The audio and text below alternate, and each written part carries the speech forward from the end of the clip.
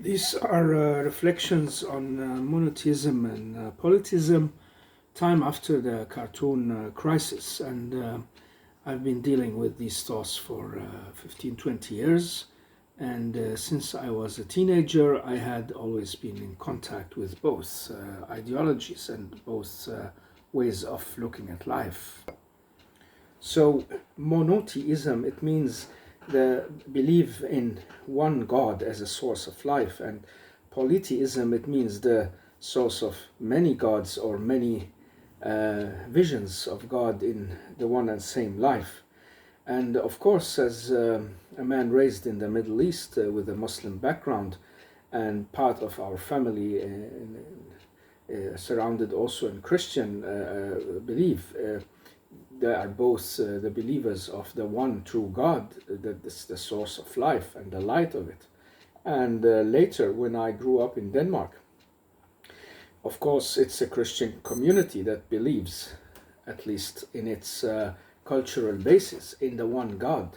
And sending his son into the world is a kind of mercy and love, and it doesn't changes the idea of the one God as I have got it explained by Christians. And so it is also in those who write about religions. But polytheism, that's the vision of many gods, or that God can show himself in many ways, or that life can be understood as forces that's driven by sources and magicians, or by some supernatural beings that we don't know about. And here I'm not discussing science versus religion and logic versus feelings. This is another topic. I'm here dwelling on the ideas of monotheism and polytheism, as I have been struggling with it since the cartoon controversy. Because up till then, I've had it in my life almost all the time, because I've been both studying the Muslim belief in depth and being part of it, and being a believer in the one true God, and repeating that in my life, having my heart felt ease and quiet about that notion that is in the Muslim belief very logic and the only truth, and that is repeated in the Holy Scripture so many times. That's the main focus, actually, that there is only one God, and don't start thinking about other gods, and you will go astray, and there will be a punishment, and you will be blinded, and it's just false and wrong. Stay to the correct belief.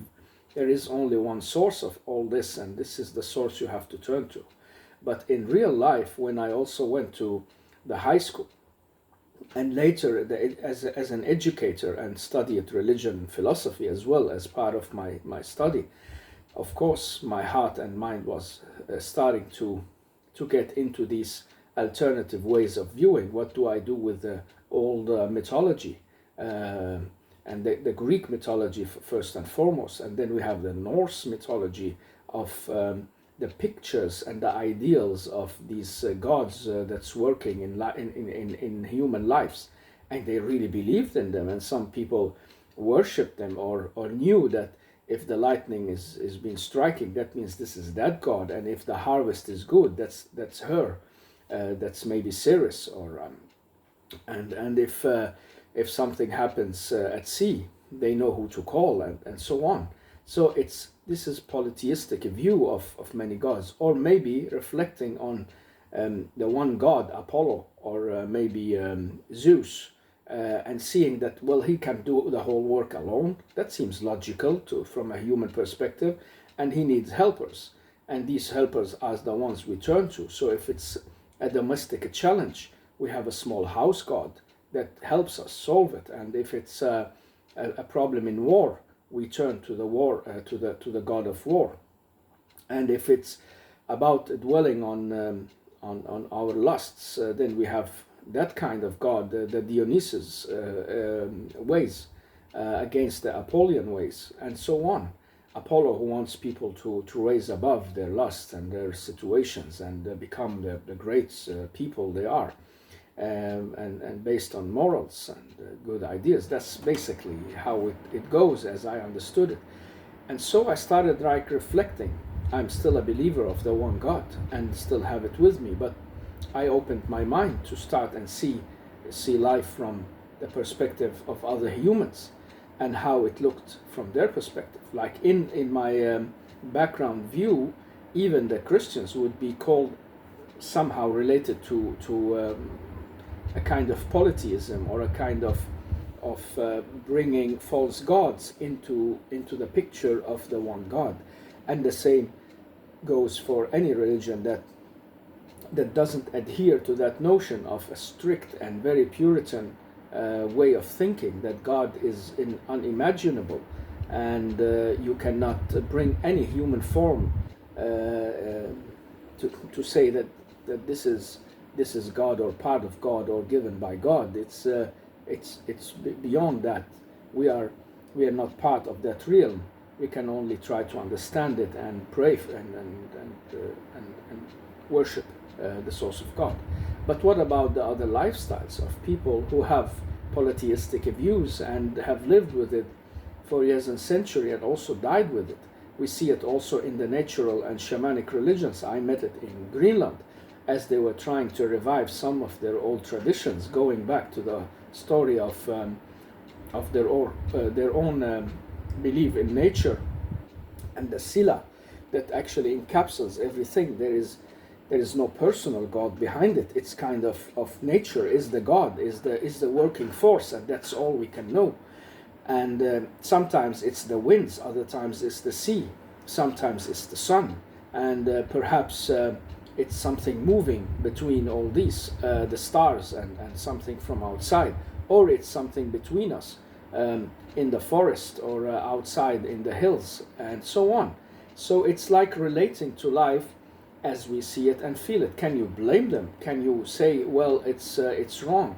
It might be wrong from the perspective of the God I grew up with, and he says it very, very strictly and very, very clear.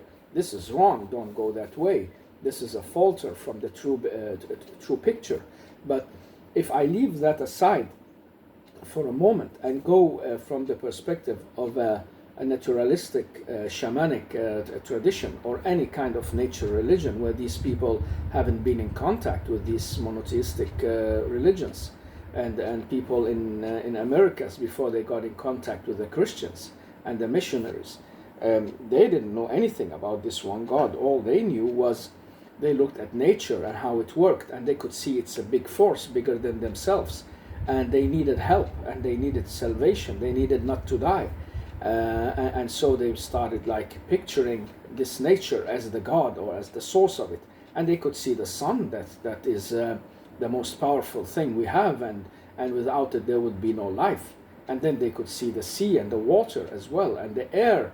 Oh my God, there are many sources that are necessary for us and more powerful than us, but we cannot grasp them or control them. So they must be the sources for our nourishing or our destruction. And that's why they start like offering and making symbols and pictures that can relate to these gods and make them in favor of what they like and don't like, and make them pass the evil away. And if something goes wrong, they start turning towards themselves. If a storm keeps going on and people are lost at sea, they start looking at themselves. Who of you have done something to upset the nature or the balance, or done something out of order?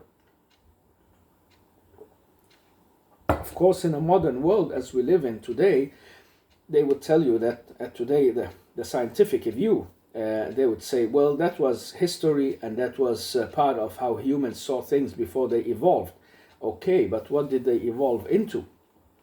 We had 1,500, 2,000 years of basically monotheistic religions controlling the world. In the West was the Christianity, and in the East was the Islamic and Jewish cultures. And I know people don't speak much of the Jewish religious practices and their influence, but they influenced both the Christian and Muslim communities and worked from within them. And they were actually the source of the first monotheistic view, that God chose them to be the deliverers of his message and his ideals. And so so we can say that Christianity and Islam followed or took over, and whatever came out of these two religions as small groups and so on was the same. Even if you look at Hinduism, and I know religious scholars wouldn't agree much on that because of the way they see things, but if you look at it from where I'm speaking, that what is Hinduism? It's a kind of polytheistic religion with no personal God, okay, but if you go into depth, what are they trying to achieve through, if it's Buddhism, like nirvana and the way of getting out of this trap of life, and satisfying Shiva and satisfying Ganesh and the other gods, or trying to like get out of it all, they will call it the Brahman, the way of getting total integration in your spirit, out of this world that's a place for suffering and into that realm of true salvation. So what is that? That's the one source. They are back to the one source, and the one source is, in my opinion, the one God. So behind all these polytheistic views is the one true God they really seek, and they know there must be one that has the domination, because that's how it is on earth, even in democracies. And people who see democracies as allied to polytheism, they also know that behind the polytheistic views of democracy and leaving people into multiculturalism as they are, they know that there are powers and forces stronger than others, and it's a domination. And that's why there is a kind of one God, even in the polytheistic views, that they hold more dear or more up than others. But it's like they have another reasoning. They just see the nature, and they call whatever is needed to be called on. If it's harvest, they call the God of harvest. If it's lightning and rain, they want the God of rain. Who is controlling that? Who is helping the big God? Is it the sun that's running things? And what's the role of the moon? And so they had these pictures to get the meaning in life and to understand them.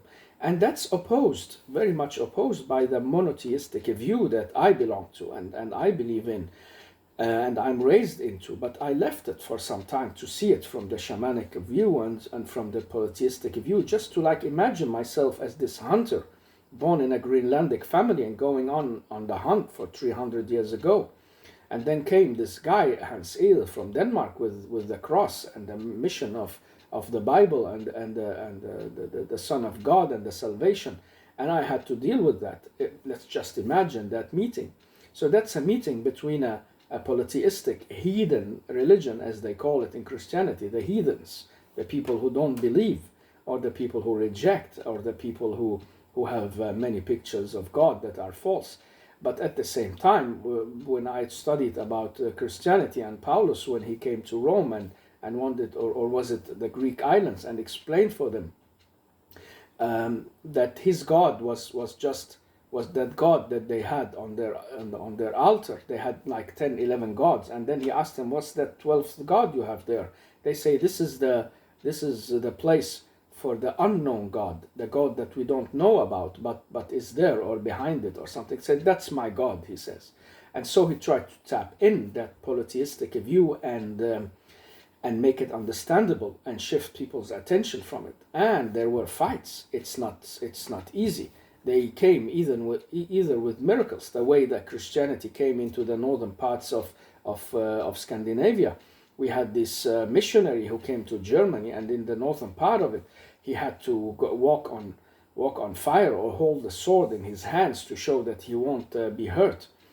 There are these myths and stories, and maybe they are true, but it was a fight. And the same went for the other monotheistic religions. They had to fight, and they had to shelter themselves and had to gain power in order not to be crushed by the surrounding polytheistic world.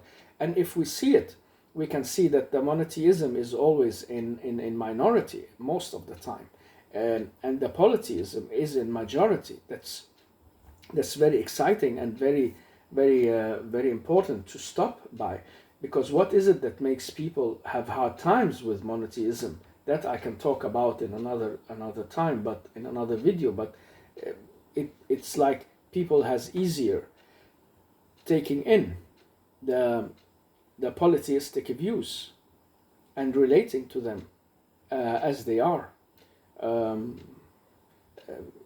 in somehow they just feel more materialistic and more human to them, and more like more opening up to the many pictures. And that's what I can see people having hard time with monotheism today. They keep away from this hardcore way of one God you cannot see or imagine, and you have to deal with all the stuff of rejecting everything else and saying, no, I can adapt to everything else and I can take it in, or I can be part of it. And maybe they believe in that one God, and this is the third group in between, the group of believing in the one God, but at the same time rejecting it, and not rejecting the other pictures of God, because they are also there, and like trying to satisfy both needs or both ideas. And then we have a group that has rejected all that together, say, I'm neither a polytheist or a monotheist or in between. I am what they call an atheist. I don't even believe in a God. And that's a whole different discussion and talk, because today it's seen as the most profound evolutionary stage, but it's not. It's really not. And I'm not saying it because I am a religious person. It's also because it's just an idea like everything else. It's a belief like everything else. It's neither more or right or wrong, because the idea of that what you cannot see is not there, and it's not true. That's not how the world works, and that's not how our brains works either. So some people have been discussing this for centuries and giving arguments about it. But so where do I land between this polytheistic view? I found it very interesting when I opened the cultural canon of the Danish publisher Gyldendal, about 52 volumes. And part of these volumes on history of ideas were the polytheistic and monotheistic religions, of course, and the polytheistic views as they were told by Ovid and the Metamorphoses, and were told by the Roman scholars and their stories, and were told by the Saga and Edda in the northern mythology. And how beautiful it is just to relate to these crazy stories, and sometimes hurting stories, shocking stories, and sometimes just making no sense stories.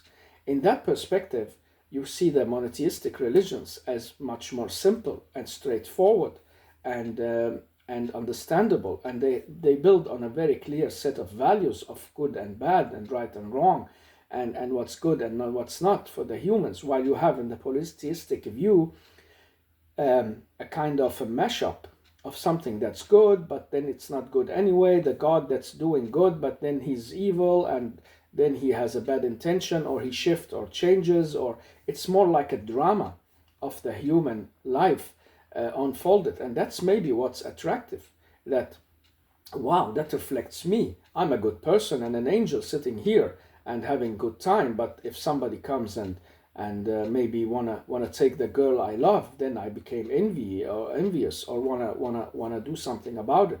Or if I lack money, I will immediately start thinking of stealing, or going and threatening someone with a lot of money to get some, or will participate in some ugly gangs just to make sure that I don't starve.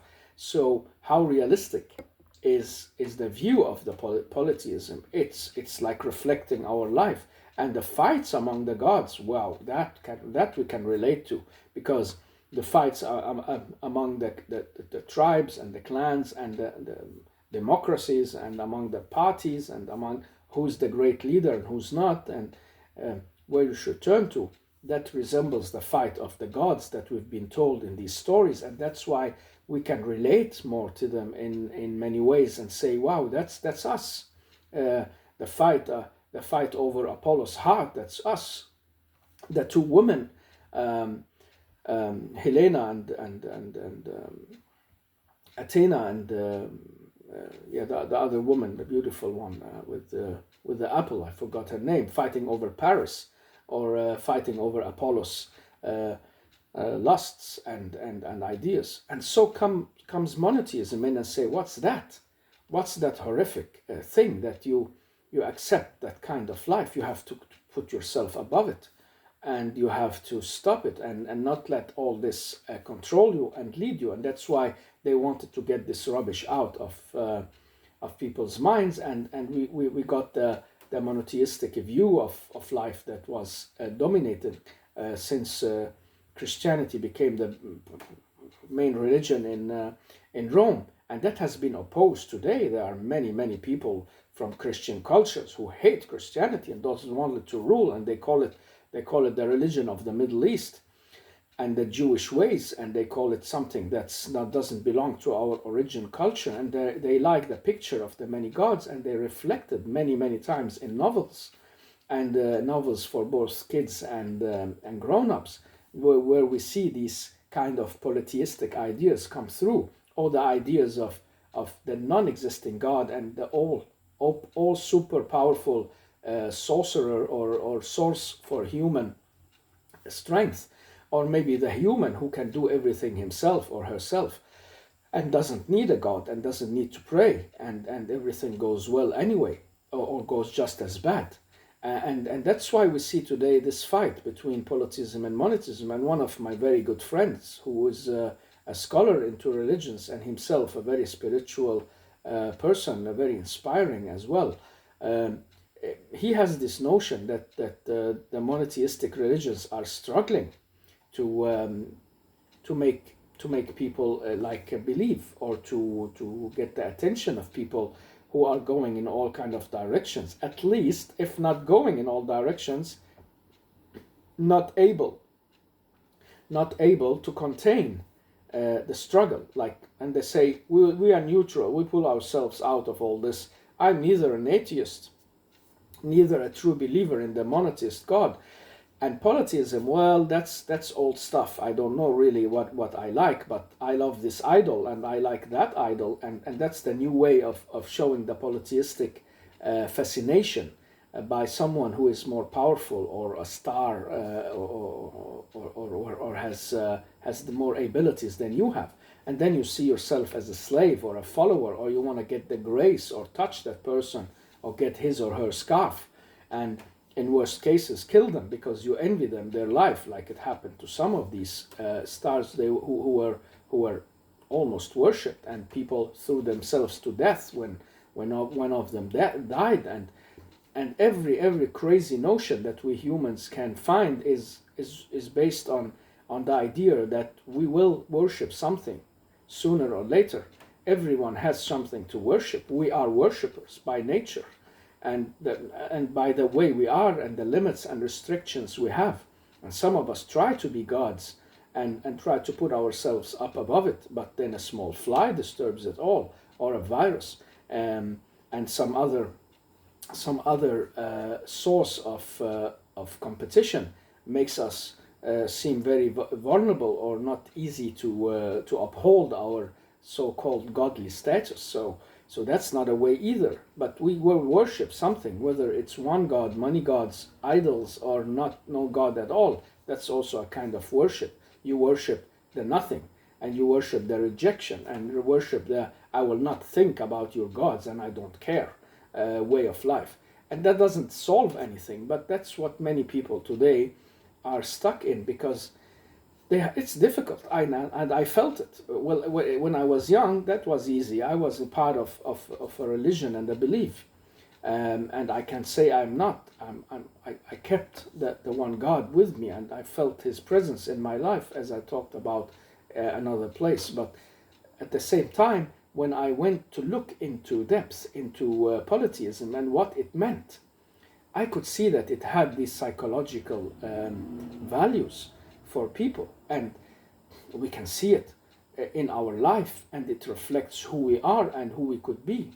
But mostly it's a bunch of stories that contradicts, and a lot of names that makes us lost in many ways. So we have to also simplify it and confine it in some understandable topics and names. And so many of us maybe knows Odin and Thor and Loki, and some of us know a few more names, but we don't know the 120 other names. The same with Greek mythology. When I started opening that, I can tell you the amount of stories and the people that has two roles and sometimes comes back and you don't understand where they came from. And it's all the names of the gods and their kids and their helpers and the ones who were and were not and came and went. And it's not so easy. It's a complicated picture, and that's why people who study it has very thick glasses and their hair like being electrified. And that happened to the people in physics as well, because it's tough notions. And the philosophers, well, that's the most challenging part of trying to use your brain. Well, it also happens if you play chess and you're a genius in that. So in any notion, that was just a sidetrack. I was just saying that people who study these things can have hard time understanding it. So for ordinary people, the polytheistic religion is not really providing a way of worship. It's providing pictures, ideas, stories, mythology, and that has been replaced by the modern movie and cinema. And I am part of who dwells in the modern cinema and loves it, and loves the pictures in it, and love these heroes and anti-heroes and the whole expression of the human nature and behavior. That's very beautifully done in a lot of the modern mythology that we have in the Hollywood cinema, and in the East they have the Bollywood and other kind of Asiatic reflections of these polytheistic views. And that's why very hardcore monoteists, monotheism people, they don't like that kind of reflections and ideas in the cinema. They like the heroes, of course, and they like how we show that the cinema shows the opposite, shows the bad guys. But they don't like the notion that we are in many ways drawn to worship these people or the actors behind them, or to have them as our guides. And that's because they are not the right God. They are the false gods. They are not the helpers of God or anything. We're just putting them in a state they don't belong. They can't neither hurt you or do you good. One of my heroes, Batman, well, what can he do for me? But he can inspire me, and that's what he did. And the people behind him has made these strong notions in his character that really helped me along. I will talk about Batman at another time. I have many notes on Batman, especially because I was gonna make a book about it with some friend, a Danish elderly guy who's also a Batman fan, but the project stopped at one point because of other things. And so back to the monotheism and polytheism talk, and I am still in that track. I'm trying to figure out who they are, what they are, how they struggle. And I can see that they cannot accept each other because they are opposite poles. At the same time, they cannot put each other out of life. There's always some people, maybe most people, who follow the polytheistic views because they see them as more reflecting human nature and maybe breaking their bonds. And many people on the opposite side does not understand the polytheistic view as something valuable, and see that they are false, and we have to go with the line of the one God to get inner peace and to lift ourselves above it and get into those values of worshiping and praying to only one source and one God. And that's also very much attractive. And so the waves has been high and low, and today we are in a times where the monotheistic religions are under big pressure and transformation, and they have been for some time, maybe 100 years, and they've been struggling. And sometimes we see why they fight back, sometimes violently and sometimes just in small niches. And it seems like with the winds losing their strength around democracy and atheism, maybe at the same time, some new bubbles of monotheistic ideas and views and arguments are coming to light again, and people are seeking salvation in faith and seeking to have communities within the limits of religious groups. You can see a growing religious attendance. I've seen documentaries about the Jewish people, how they were more secular in the 50s and 60s, and how today they have turned more into religion. Looking into the Muslim, you'll see the same tendency. I was a kid in the 90s, and I could see the growing effect of religious preachers and talks on people, both young and elderly, and it's a breakthrough. And the same goes for the Christian people, who are also like being more and more aware, even though they don't attend the churches at the same time, but they're getting more and more aware of their specific culture and its relation to life and the one God. And then these monotheistic religions, they seem to be more or less harsh on polytheism. Like you have, in my opinion, Judaism in its conservative Orthodox ways, and Islam as in the Orthodox views, in the Holy Scriptures, the most tough and far away from accepting the polytheistic views. And then you see among both Muslims and Jewish practices of religion, and who are more open-minded, that there are inspiration in these, or they can like mingle them into the idea of the one God. And then you find in Christianity maybe the most close idea. That's how it seems to me from where I am and the countries I'm in, the Lutheranism and maybe part of the Catholic views that I understand, is that they are not as harsh on polytheism and people who are maybe mixing some idols and saints, and they don't see it as contradicting the belief in the one God, but just reinforcing it on other levels. And then you have Hinduism, even though I see it as a monotheistic religion in its core, because it all goes back to that source of light and the Brahman and dissolution and getting out of this world, to be integrated with that power that's behind everything, and that has given the picture of Shiva and what is he called, that hero they have there that was born, not Buddha, but the fighter who goes on that big battle. I can't remember the name now.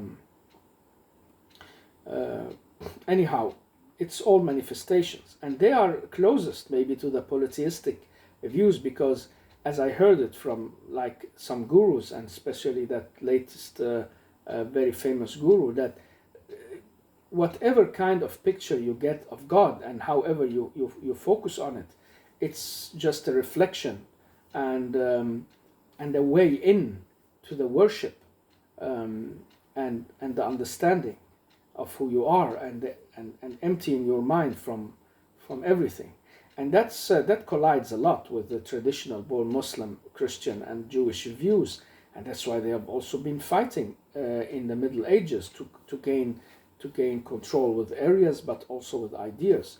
And the Hinduists have been fighting back, mostly the Muslims, because they met with them in Pakistan and India area and the Caucasus, and whilst the Christianity has been fighting the northern tribes and been fighting some kind of polytheism to the east in Russia and converting it to the Orthodox ways of Christianity. So the fight between monotheism and polytheism has been there, and today it has another shapes, but it seems monotheism has lost the power they had before, and is struggling to get back, and people are not really tapping into it or taking it in as the way. Or if they are, you can many times see that still they are influenced by the modern way of life and the modern acceptance of many gods, many pictures. They do not react to it, or maybe they have other heroes. And so it's about hierarchy. Where do you put God, and who do you put beneath him? And what kind of heroes do you get inspired by, and how much do you get afflicted by it? So your love for that hero or heroine, the lady, is also part of how much you worship that person or think of him or her more than God. That's why sometimes the story of falling in love has been abandoned by religious people in monotheism, because they see it as a bad affliction. You should fall in love with God and the godly spirit, and nothing below that. That's the highest you can achieve, and that needs great strength. And so when we fall in love with a woman or a lady and we say we worship her, and she thinks only about this man and worship him, or the lover she has, that's like looking away from the monotheistic view on a psychological level. That nobody is telling them that you're not part of the religion anymore because you fall in love, but it's just to say that monotheism has the claim on your heart and mind to the one God, and it's hard to get there, and many people just don't see that it's necessary even, and reject it, or see that it has very hard and closed-minded practices that's not needed and values that are outdated. And so today polytheism, atheism, and under the cover of democracy, of course, in the world are the main great forces. And if you speak otherwise, you will not be promoted. It's the people who promote this that's being promoted.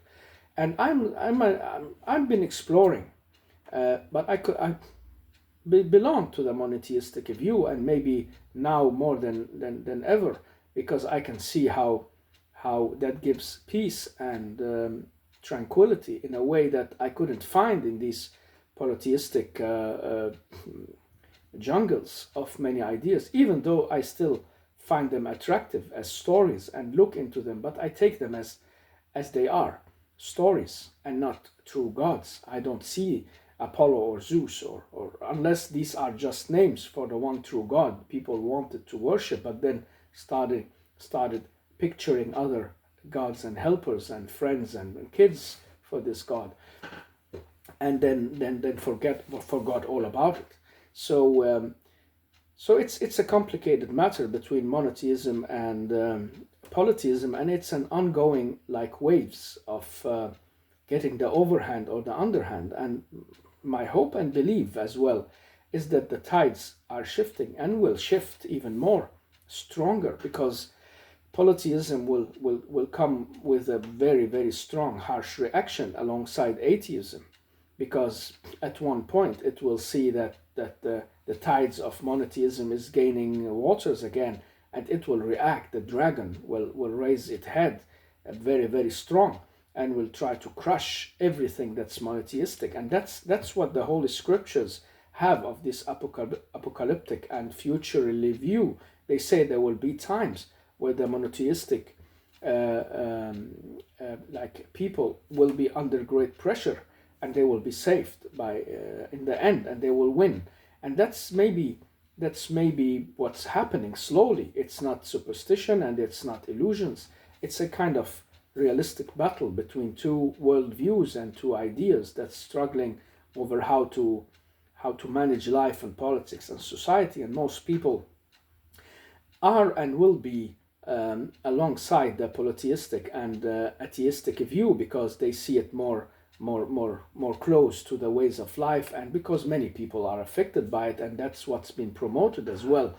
But I love one sentence from Captain America in those hero movies, when he's getting out of the plane and the lady tells him that he's a savior, he's a god, and he turns and say, "There is only one God, ma'am." And I love that. That's a strong notion that they put it in the movie. It was a surprise for me. Or when Indiana Jones is stepping over and he has to take this leap of faith and let all this go and leave it. Let it go, Indy. Let it go, says his father. And that's very beautiful.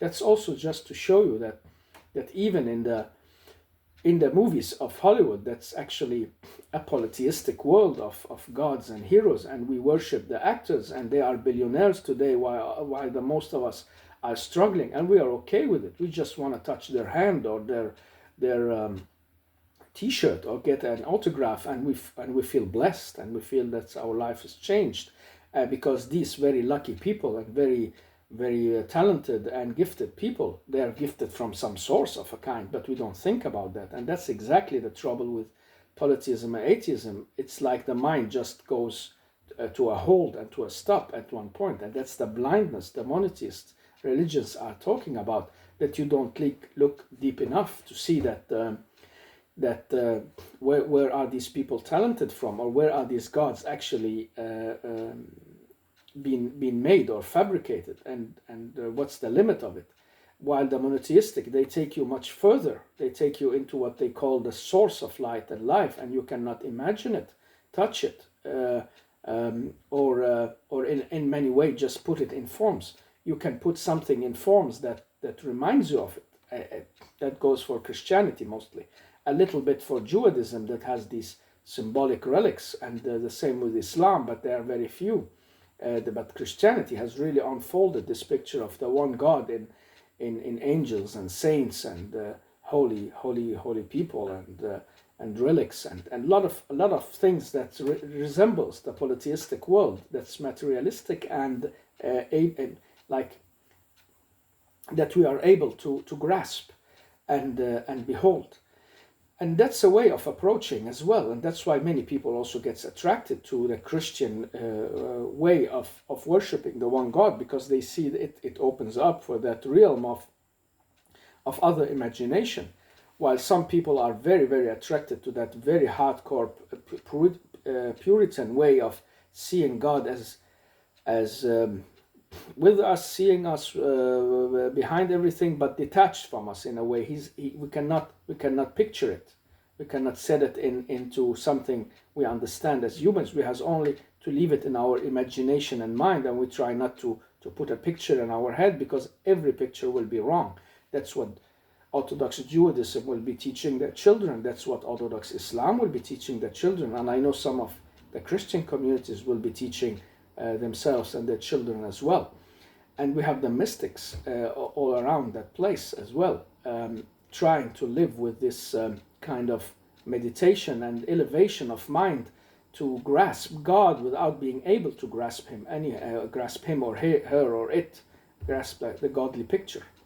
And so this is how I see today monotheism and polytheism as wave and tides, and sometimes they are intermingled, and sometimes they walk alongside each other or grow beside each other, like you see in the fields, where you have different kind of grass and flowers and type of plants getting up alongside. Sometimes no, it's a clash, and I think that clash will come at one point again, not very far, because the monotheistic has always this vision of transforming the blindness into light, and people's what can you say, ways of looking to adhere with the one God. That's why Christianity has a big mission, and in the past let the mission go alongside the sword.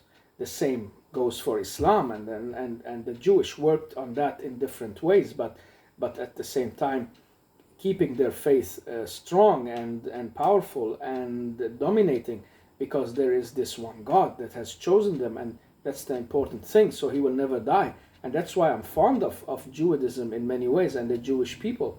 And I know that sounds crazy and wrong to many Arabs who are fighting them, but look at history. They have really had hard times with monotheistic circles and what can you say, societies. The Romans, not the least, but also before that the Persians, and before that the Canaanite and Chaldeans and Sumerians and the Emperor Alexander's what can you say, philosophy, and so on. They had to struggle all the time to keep the notion and the picture and the views and the scripts of the one God, and the belief in that one God, to keep it safe, to keep it holy, and to keep it passed on from generation to another. Some of them became martyrs, and I read about these Maccabees and Sadducees who were really fighting for their belief, and they went up to the mountain, and they were surrounded by the Roman emperor, but they won, and that's why we have this seven-sided calibra with what can you say it, the seven candles, and some places they are 9, but it's just to say that monotheism has survived thanks to the Jewish philosophy and idea and belief, and that God has chosen them, and they will be fighting the world to the end over this monotheistic view. And the sad thing is that monotheist religions fight themselves and among themselves a lot indeed. But that doesn't change that they have a mission, all of them, and most of them will be fighting for that mission. Right now they are in recession and regression, but whenever they can, they will find ways and they will get back at polyteism, and that's why some of them has rejected the modern world or democracy or the ideas of multiculturalism or the ideas of these mythological figures, because that contradicts the one God who is speaking to people and want them to go to his way and stay there and not go astray. But at the same time, this one God knows people and says they will not listen. You just have to tell them so they don't come with excuses later that nobody told us. So that's your mission, basically, as a monotheistic people. And the polytheistic people will be fighting, and they will be a big dragon, and they will have fire in their head and mouth and eyes. Just a picture I'm using here of the dragon. That means they will be fierce in fighting back and rejecting, and they will be very, very stubborn. That's what I have seen, both in the time of Judaism and Christianity and Islam, and how people around them were very stubborn and rejective. And anyhow, the monotheist ways they came through and they dominated and they influenced much more than one should think.